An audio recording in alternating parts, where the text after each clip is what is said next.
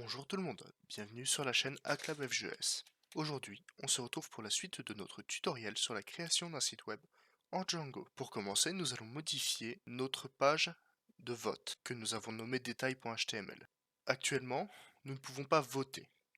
Nous avons toutes les options de vote présentées sous forme de liste, mais il n'y a pas moyen de voter pour notre choix. Nous allons aujourd'hui remédier à ce problème. Pour commencer, en dessous du titre de la question, nous allons écrire le code suivant. Nous allons mettre une condition qui détectera un message d'erreur. Hop, comme ceci. Nous allons écrire ce message d'erreur sur la page, en strong. Hop. Nous fermons nos balises strong et notre balise P. Nous fermons notre condition. Comme ceci. Maintenant, nous pouvons tout simplement supprimer notre liste. Nous n'en avons plus besoin. Nous allons la remplacer par un formulaire. Si vous ne savez pas comment utiliser les formulaires en HTML, je vous recommande d'aller sur W3School. Vous y verrez toutes les informations utiles.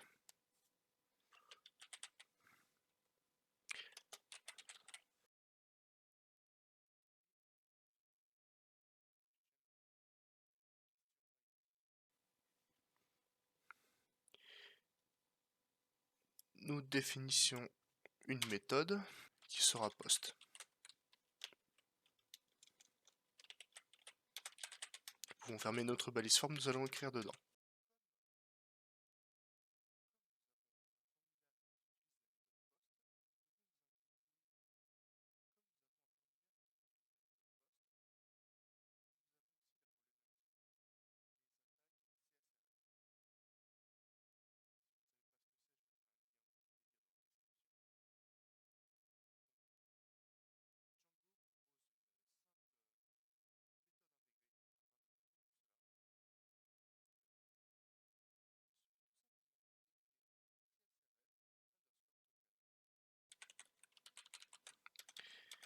Et là, votre formulaire sera protégé.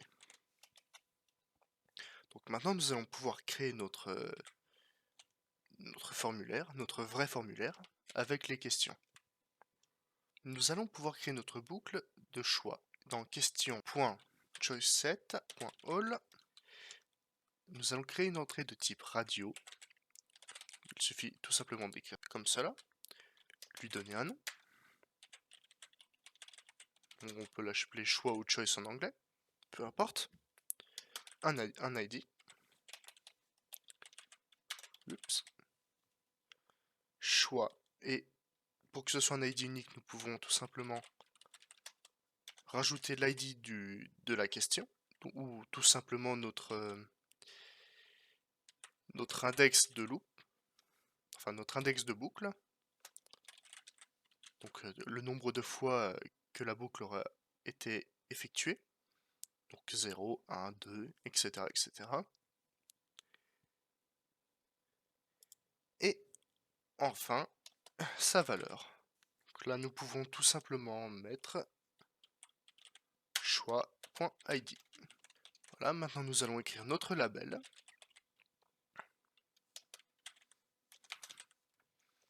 Donc, pour choix.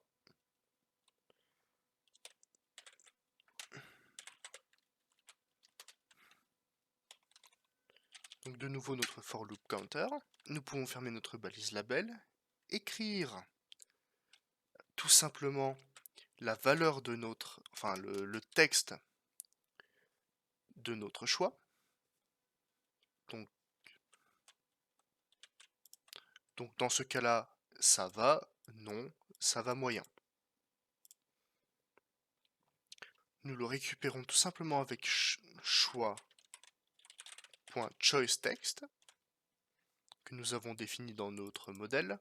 Nous pouvons fermer notre balise label, mettre un BR pour sauter une ligne, fermer notre for, enfin terminer notre boucle, comme ceci. Et à la fin, nous pouvons tout simplement mettre un autre input,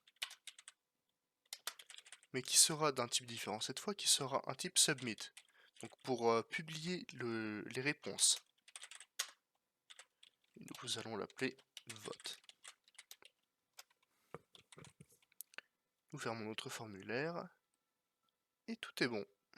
Maintenant, nous allons aussi devoir modifier notre méthode vote, parce que celle-là était beaucoup trop simple pour être utilisée. Elle était trop simpliste, elle ne nous permet pas de faire quoi que ce soit. Maintenant, nous allons créer une vraie version de cette méthode. Donc, pour commencer, nous allons écrire question getObject or 404. Donc, soit on récupère notre objet question, soit une erreur 404. D'où notre message d'erreur ici, qui affichera justement le message d'erreur si jamais nous n'arrivons pas, enfin nous n'obtenons pas d'objet question. Donc maintenant nous écrivons question tout simplement et notre primary key, donc question ID.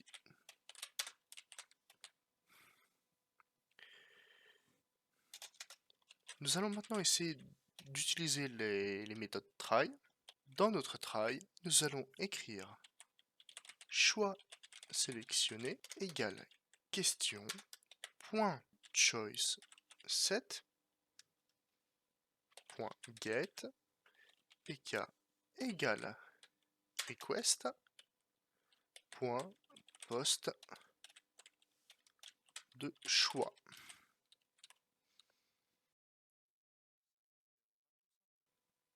Bonjour.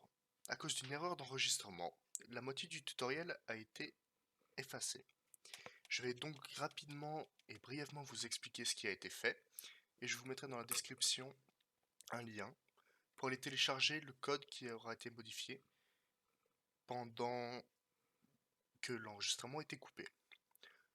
Donc pour commencer, nous avons terminé les pages HTML que je vous mettrai dans la description évidemment.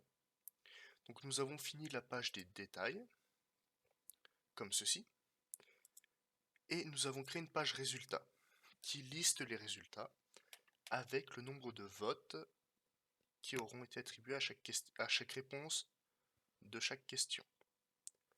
Ensuite, nous avons décidé de simplifier toutes les views en les classifiant, en créant des classes. Comme vous pouvez le constater ici, tout a été transformé en classe et tout est écrit de manière beaucoup plus courte, à part la page vote, qui elle ne change pas. Mais nous l'avons tout de même complétée. Pour rendre tout cela plus simple et lisible, nous avons modifié nos URL.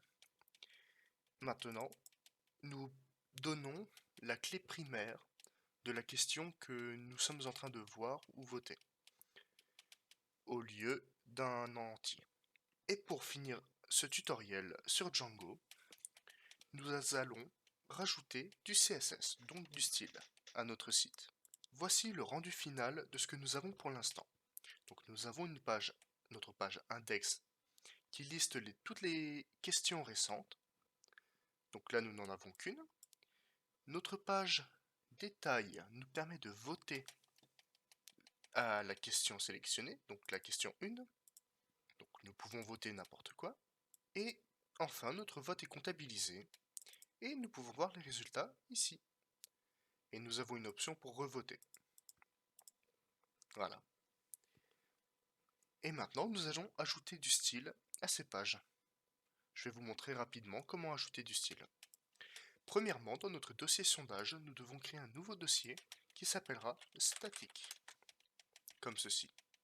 Dans ce dossier statique, nous pouvons enfin créer un nouveau dossier qui s'appellera sondage.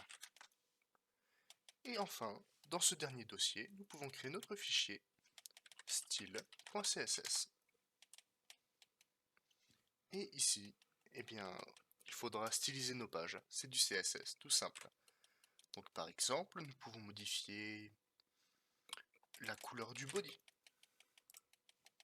Nous pouvons écrire body comme ceci. Et enfin écrire background color. Et là nous pouvons mettre light gray par exemple, une couleur au hasard. Et la couleur du texte, nous pouvons la changer aussi, en mettant ce que nous voulons. C'est tout à fait libre. Mais à présent, il faut aussi ajouter un moyen à nos pages HTML d'accéder à notre style. Et pour ce faire, c'est très simple. Il suffit de rajouter ces deux petites lignes. Load static, qui nous permet de charger les fichiers statiques. Et enfin, la page pour lier notre CSS. Donc link rel égale style sheet type égale text slash CSS. Et href, c'est là que ça va être un petit peu différent de d'habitude. Nous allons tout simplement ouvrir nos accolades avec un pourcentage, comme ceci, écrire statique, et enfin, entre guillemets, sondage slash style.css. Et maintenant, nous n'avons plus qu'à redémarrer notre serveur et tout devrait fonctionner. Effectivement, notre couleur de fond d'écran a bien changé, la couleur du texte aussi, même si ici ce n'est pas forcément visible vu que c'est un lien que nous avons déjà cliqué. Mais nous pouvons tout à fait ajouter ça aux autres pages. Faisons ça tout de suite. Il suffit tout simplement de copier ces deux lignes-là et de les mettre dans tous les headers de nos fichiers HTML. Tous les heads de nos fichiers HTML. Donc, nous l'avons mis dans index, détail, il ne manque plus que résultat. Comme ceci, redémarrons notre serveur. Et si nous rafraîchissons la page, le texte est bien en rouge et le fond d'écran est bien en gris. Évidemment, maintenant, c'est juste du CSS pur. Et si vous ne connaissez pas le CSS, je vous invite à aller sur W3School, où tout sera indiqué correctement et de manière très simple. C'était Romain de HackLabFJS, merci d'avoir regardé ces tutoriaux sur Django. J'espère que cela vous aura plu et vous aura été utile.